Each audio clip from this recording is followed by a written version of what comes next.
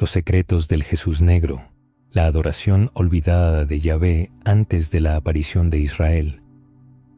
Este capítulo de la historia se silencia en la mayoría de las iglesias. Mucho antes de la formación del pueblo de Israel, antes de que los 10 mandamientos resonaran en el monte Sinaí, y mucho antes de los viajes de Abraham, el nombre de Yahvé, el nombre sagrado que asociamos con el Dios de la Biblia, ya era conocido, venerado y adorado, no en tierras israelitas, ni en la Santa Jerusalén, sino en civilizaciones antiguas, en tierras habitadas por pueblos de piel oscura, en poderosos reinos fluviales que fueron sepultados bajo las arenas del tiempo, borrados de los anales de la historia o presentados bajo una luz distorsionada. Se nos ha inculcado que la narrativa comienza con Israel, que la adoración a Yahvé se origina en el pacto con Abraham, se desarrolla a través de Moisés y alcanza su apogeo en los tiempos de David. Pero las Sagradas Escrituras revelan una historia más profunda y abarcadora, que trasciende las fronteras nacionales y los linajes genealógicos. Es una historia arraigada en el corazón de África, en las profundidades de Kush, en los desiertos de Madián, en los majestuosos salones de Egipto y en los hogares de personas que no llevaban nombres hebreos. Esto no es solo un descubrimiento histórico, sino un despertar espiritual. Durante demasiado tiempo, el cristianismo ha sido presentado como una religión occidental, con un Mesías de piel blanca en su centro.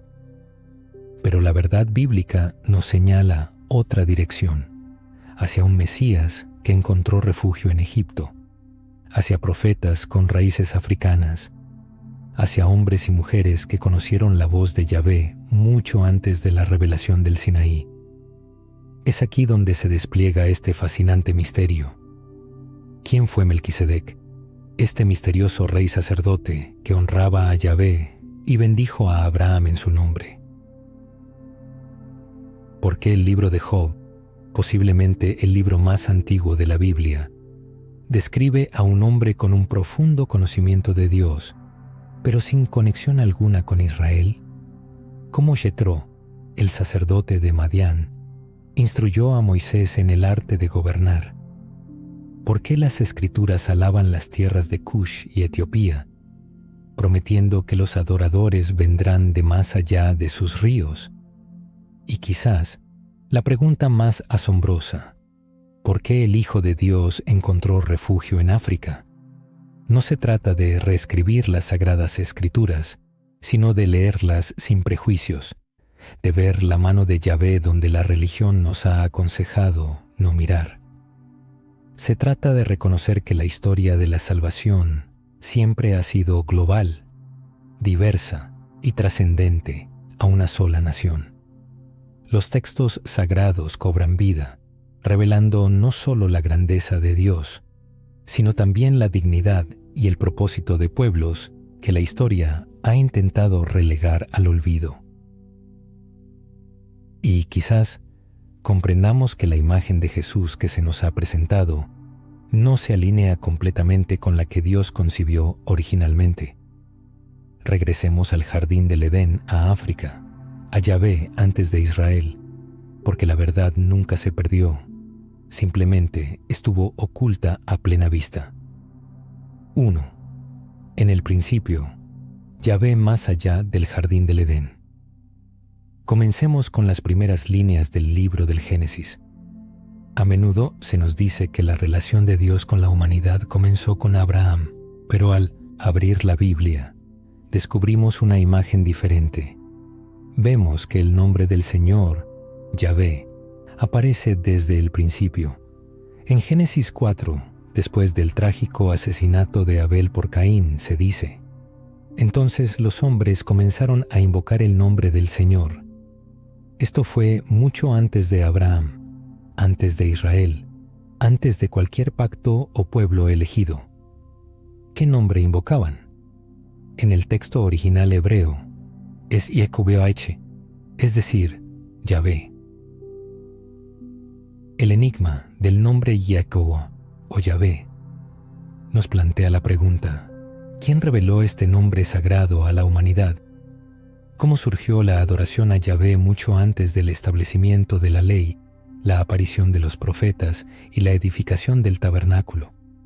El libro del Génesis descorre el velo del misterio. En él se dice que el jardín del Edén fue plantado por Dios mismo, y de él nacía un río que se dividía en 4 brazos. 2 de estos brazos, el Tigris y el Éufrates, aún hoy fluyen por el territorio del Irak moderno. El destino de los otros 2 ríos, Pishón, que rodeaba la tierra de Javila, y Gijón, que ceñía la tierra de Cush, es menos claro. Cush es el nombre antiguo de Etiopía, una región asociada desde tiempos inmemoriales con la prosperidad, la sabiduría y una civilización de piel oscura. La descripción del Edén apunta a su realidad geográfica, no a un lugar mítico. El jardín estaba ubicado cerca de ríos reales, uno de los cuales fluía por tierra africana. Esto no es una simple alegoría, sino una indicación directa en las Sagradas Escrituras. El primer jardín creado por Dios, el primer lugar de comunión de Dios con el hombre, estuvo conectado con el continente africano. Recordemos que Caín y Abel ofrecieron sacrificios a Yahvé incluso antes del establecimiento de cualquier institución religiosa. La adoración más temprana registrada en la Biblia tuvo lugar en la era preisraelita y preabrahámica. Personas que no tenían ni la Torá, ni levitas, ni un sistema religioso, simplemente conocían al Señor. ¿Cómo es esto posible? ¿Por qué? Esto demuestra que la presencia de Yahvé no se limitaba a un pueblo elegido. Su espíritu ya actuaba antes de que Israel tuviera su nombre. Antiguos pueblos, quizás en África y Mesopotamia, escucharon su voz, erigieron altares y lo invocaron. Esto no es una mera suposición audaz, sino un intento de escuchar la voz de la Biblia, silenciada por la tradición. El jardín del Edén no estaba en Europa. Los ríos que regaban el jardín del paraíso fluían por territorios que hoy conocemos como África y Oriente Medio. Es muy probable que los primeros adoradores de Yahvé fueran personas de piel oscura, representantes de una cultura rica que no necesitaba la dirección de nadie. Yahvé no fue una invención de Israel. Él es el Dios que se comunicó con el hombre antes de la aparición de la religión. Es aquí donde comienza el verdadero misterio, el misterioso rey sacerdote Melquisedec y el Dios Altísimo. Avancemos en el tiempo hasta los eventos descritos en el capítulo 14 del libro del Génesis. Un encuentro inesperado con un personaje divino cambia el curso de la historia. Abraham, tras obtener la victoria sobre los reyes enemigos y liberar a su sobrino Lot, regresa a casa. En su camino, aparece una figura misteriosa, Melquisedec. La Biblia informa que Melquisedec era rey de Salem y sacerdote y San-Kedepom, el Elión, el Dios Altísimo. Él saca pan y vino y bendice a Abraham en el nombre del Dios Altísimo. Abraham, a su vez, le da el diezmo. Este hecho tiene una enorme importancia. Abraham, venerado como el padre de la fe, elegido por Dios, el primero en hacer un pacto con él, adora a Melquisedec. Le entrega la 10ª parte de sus bienes, reconociendo su autoridad como alguien que conocía a Yahvé bajo otro nombre sagrado, en el nombre de la providencia divina. Reflexionemos sobre el fenómeno de Melquisedec. ¿Cuál es su origen? No es descendiente de Abraham ni pertenece al pueblo de Israel, ya que este último aún no existía. No está conectado con ningún sacerdocio conocido. Melquisedec surge como de la nada, realiza una acción sagrada que anticipa la comunión de Cristo. y luego desaparece en la oscuridad. La epístola a los Hebreos, capítulo 7, lo describe como un sacerdote sin principio ni fin, un prototipo de Cristo, subrayando que Jesús es sacerdote para siempre según el orden de Melquisedec, y no según la línea de Leví, Aarón o Moisés. Así, este sacerdocio, este conocimiento de Yahvé, precede a Israel y posee tal poder que el Hijo de Dios será posteriormente identificado con él, y no con la ley. Profundicemos aún más en esta cuestión. Melquisedec era rey de Salem, una ciudad que según muchos estudiosos se convirtió más tarde en Jerusalén. Sin embargo, en tiempos de Abraham, este lugar no era una ciudad israelita, sino un territorio cananeo, posiblemente gobernado por pueblos semitas de piel oscura que habitaban parte del antiguo mundo afroasiático. ¿Podría Melquisedec haber sido de piel oscura? Desde un punto de vista histórico, lingüístico y geográfico, esto es bastante probable, especialmente considerando que Canaán limitaba con Cush, donde los matrimonios interraciales y el comercio eran comunes. Y los relatos bíblicos abundan en menciones de cusitas, etíopes y personas de color que desempeñaron roles centrales, no secundarios. Por lo tanto, la pregunta vuelve a surgir: ¿por qué este hombre, este sacerdote no israelita, está conectado con Cristo? ¿Por qué las Escrituras elevan su misterioso sacerdocio por encima de la ley misma dada por Moisés? La respuesta es simple: Yahvé nunca fue un Dios local. Él es el Elión, el Dios Altísimo. Su revelación alcanzó a aquellos cuya piel, acento y cultura, quizás, no encajaban con las representaciones surgidas durante el Renacimiento europeo. Melquisedec nos recuerda que Dios habló, actuó y aceptó la adoración mucho antes de la aparición de Israel, y no solo en algún lugar, sino, posiblemente, a través de personas de piel oscura en ciudades antiguas, que hoy a menudo pasamos por alto. Este rey sacerdote permaneció en la sombra de la eternidad, y Abraham, un hombre de fe, reconoció en él la voz de Yahvé, y nosotros también debemos reconocerla. La tierra de Cush, la presencia de Dios en la antigua África. Ahora dirijamos nuestra mirada a una tierra a la que la mayoría de los lectores modernos de la Biblia apenas prestan atención. Cush. Cush no es solo un nombre poético perdido en textos antiguos. Es un lugar real, situado en el corazón de África. En el contexto bíblico, Cush a menudo se asocia con la Etiopía, Sudán y partes del sur de Egipto actuales, y se menciona en la Biblia más de 50 veces. Esto no es una coincidencia. Desde los primeros capítulos del libro del Génesis hasta las profecías de Isaías, Sofonías e incluso los Evangelios, Cush se presenta como una tierra de poder, influencia y significado divino. De hecho, a menudo se la describe no como una tierra maldita, sino como una tierra bendecida, singularmente conectada con el plan redentor de Dios. Recordemos, por ejemplo, Sofonías 3:10, donde dice: «Desde más allá de los ríos de Cush, mis adoradores, la hija de mi pueblo disperso, me traerán ofrendas». Esto no es simplemente un lenguaje simbólico.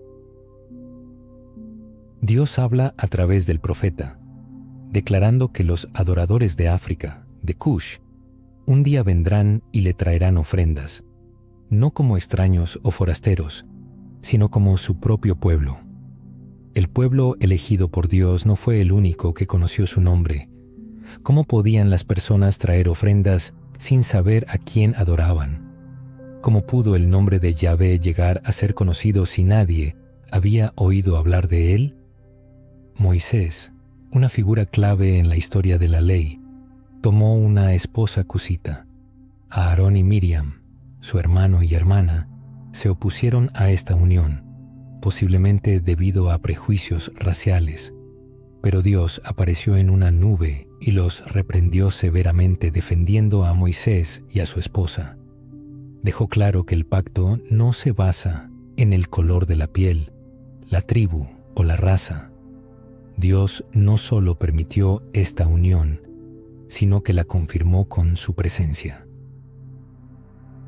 La profecía de Isaías 18 describe detalladamente la tierra más allá de los ríos de Cush, habitada por un pueblo poderoso, alto y de piel suave, que envía embajadores por mar.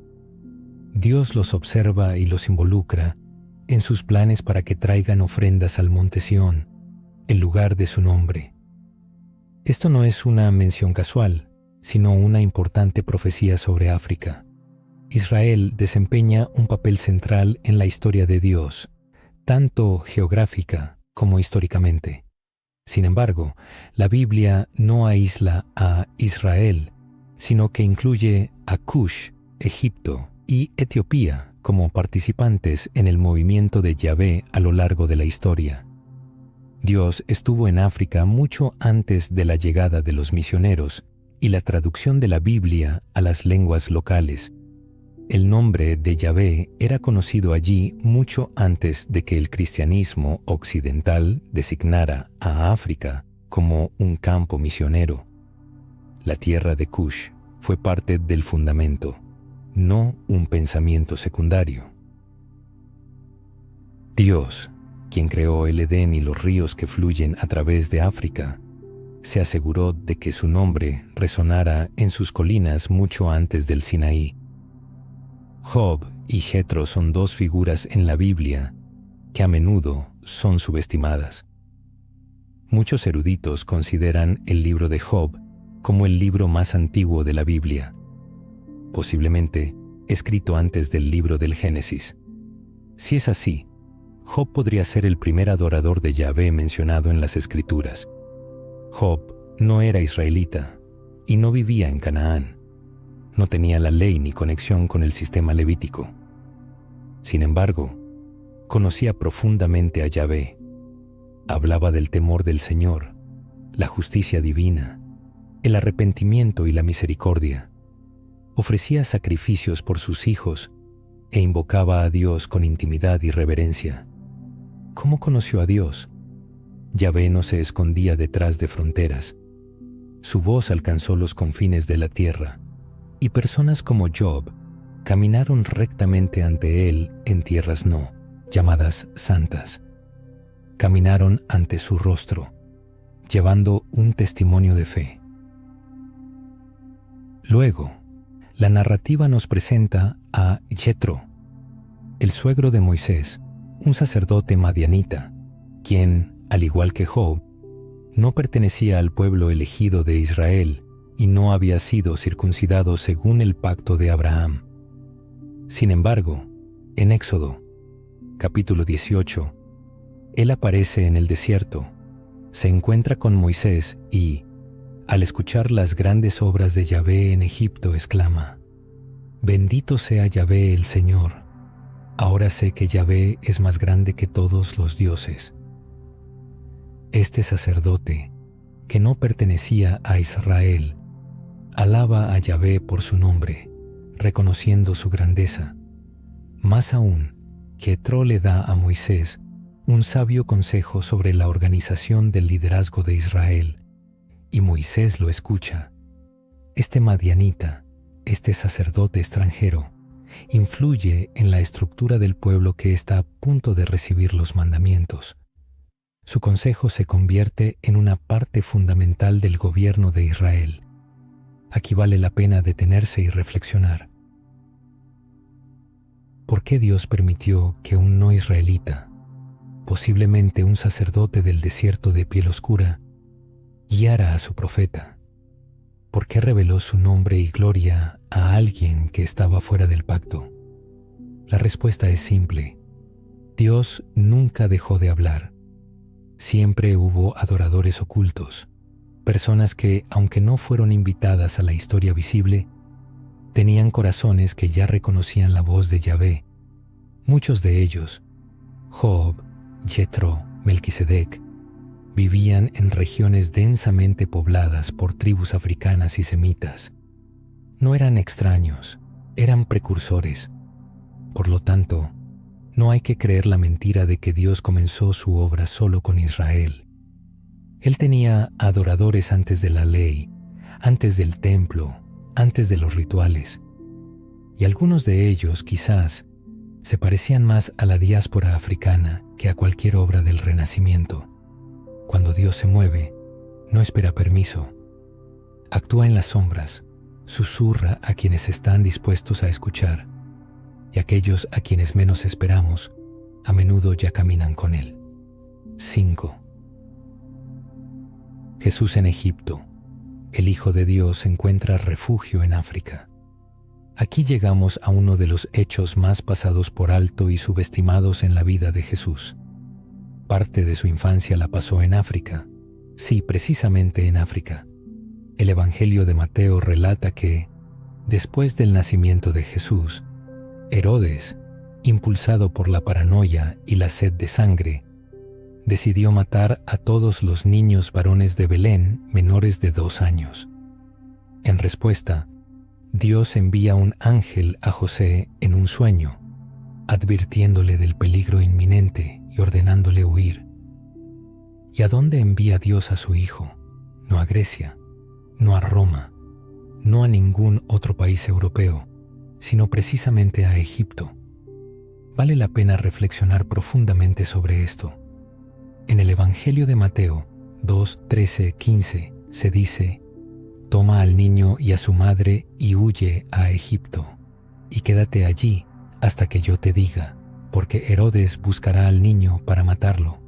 Así se cumplió la profecía pronunciada por el Señor a través del profeta: «De Egipto llamé a mi hijo». No se trata solo de una ubicación geográfica, sino de una profunda conexión divina. Jesús, el Mesías, la palabra hecha carne, encontró refugio en África. Creció entre africanos, aprendió a caminar, a hablar y a vivir en una tierra entre personas de piel oscura. Y todo esto fue parte del plan de Dios, no simplemente una opción, de respaldo. Egipto, que alguna vez fue un lugar de esclavitud para Israel, se convirtió ahora en un refugio para el Salvador. En esto reside una sagrada ironía. La misma tierra que una vez mantuvo cautivo a Israel, ahora acoge a Jesús, protegiéndolo, mientras los gobernantes de su propio pueblo buscan su muerte. Esto significa que Dios confió su Hijo a África. Dios envió a su Hijo a un continente que el mundo más tarde rechazaría, considerándolo espiritualmente inferior. Dios escondió la luz del mundo en un lugar que la mayoría de las representaciones modernas intentan situar fuera del plan de Dios.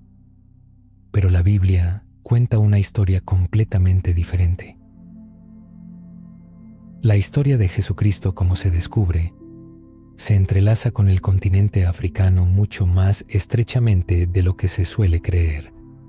El regreso de Jesús de Egipto fue el cumplimiento de una profecía registrada en el libro de Oseas 11:1. De Egipto llamé a mi hijo. Esto no es simplemente una metáfora poética, sino un acontecimiento literal, con un profundo significado simbólico. África, de este modo, estuvo tejida en la historia de la salvación de la humanidad desde el principio. Si Dios eligió Egipto como el lugar donde el Mesías encontró refugio, si confió a los africanos el cuidado de su Hijo, ¿cómo se puede afirmar que África no fue elegida, llamada y amada? Desde su nacimiento hasta su crucifixión, la vida de Jesús estuvo ligada a África, y cada contacto con esta tierra llevó consigo una bendición. No porque África necesitara salvación, sino porque siempre fue parte del diseño divino. Jesús no solo visitó Egipto, vivió allí, rió, lloró, respiró aire africano y caminó sobre tierra africana. Con ello, recordó que la historia del Hijo de Dios está destinada a todas las naciones, y no solo a las elegidas.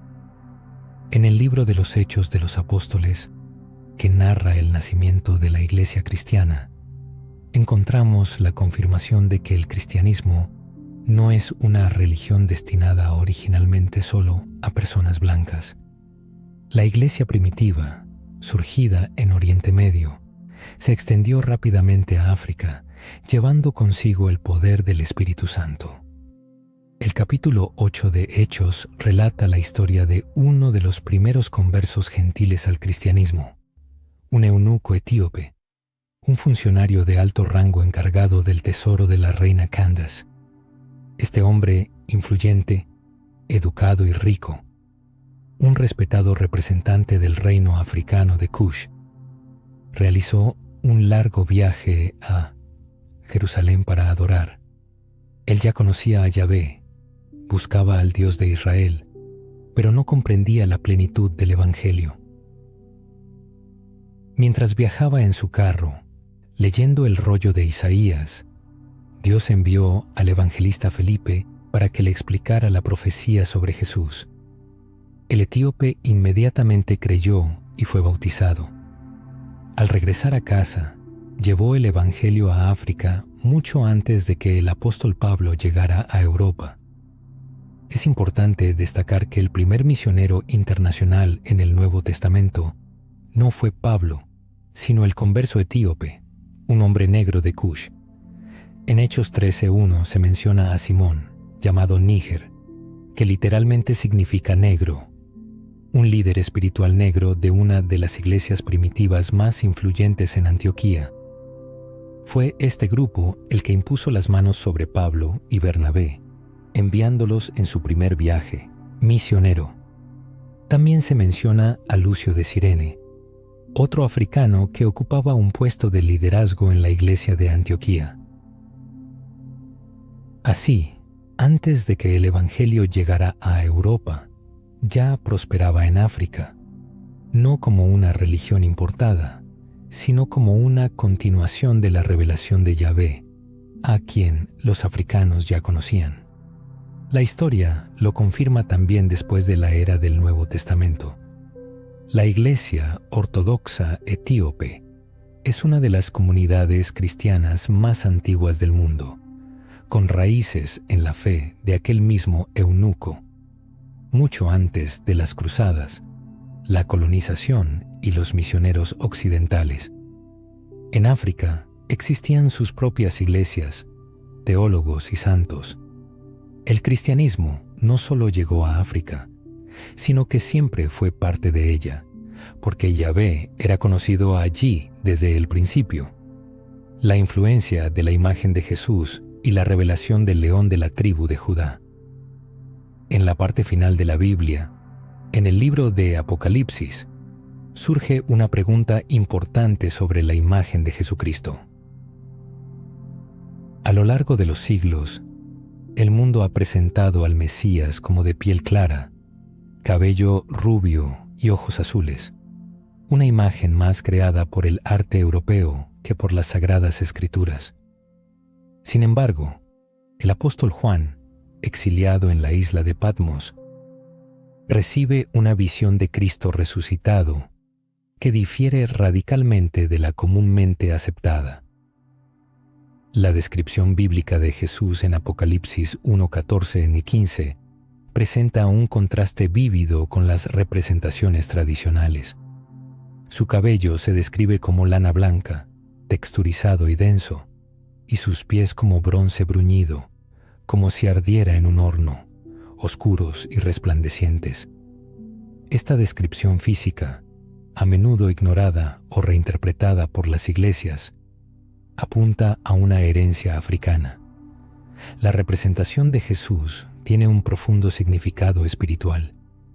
Dios envió a su Hijo no a los palacios romanos, sino a Oriente Medio, una región de piel oscura, donde vivían personas de raíces judías. En su infancia, Jesús fue llevado a África para su protección. Aunque Jesús no era negro en el sentido moderno, tampoco era blanco. Es importante señalar que se parecía a aquellos a quienes vino a salvar, los pobres, los olvidados y los rechazados.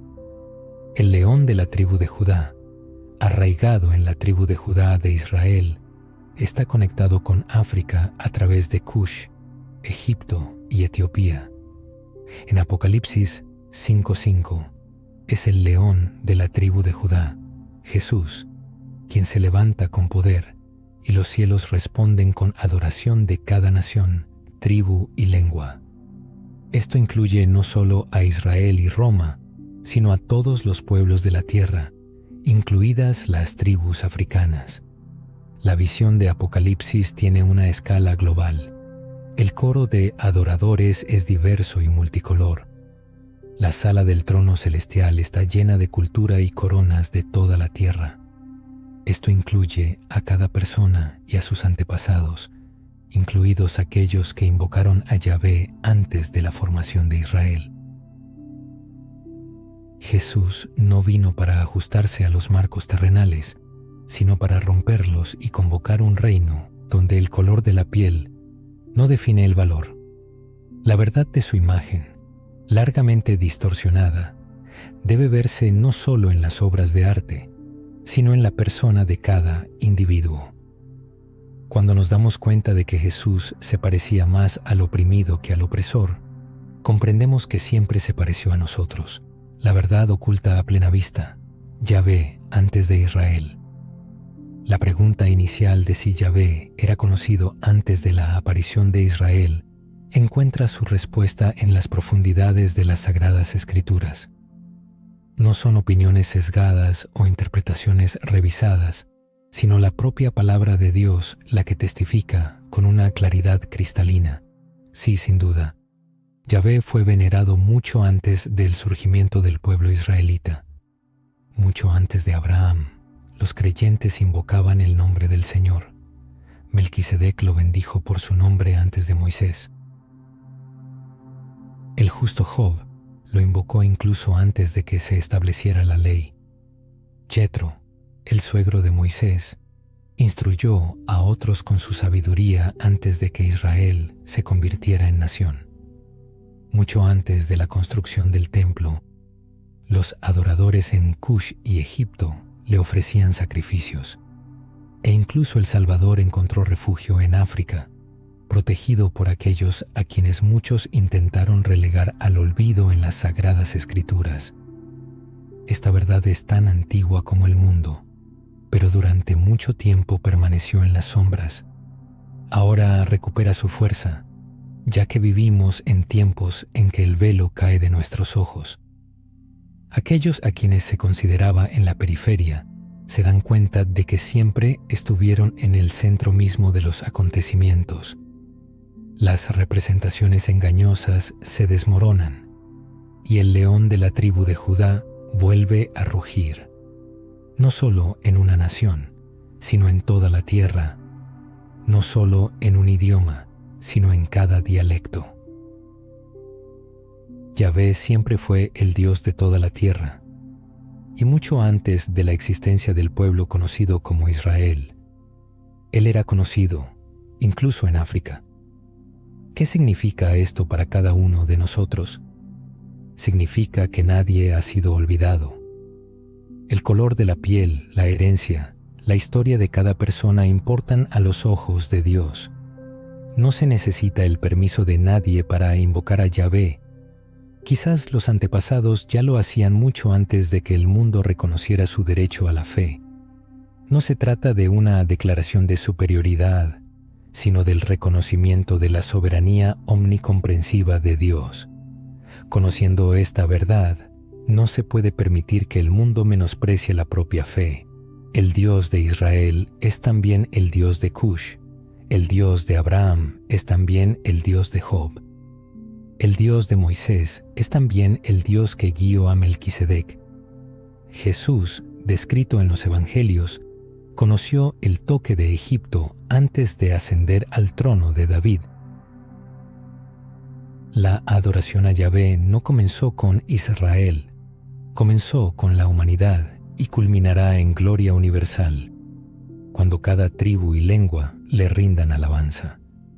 Por lo tanto, levanta la cabeza, toma tu lugar en esta historia y permite que el león de la tribu de Judá se manifieste en ti en toda su plenitud, con valentía y majestuosidad, porque la pregunta nunca fue si Dios actuó en África, sino solo si estábamos dispuestos a creerlo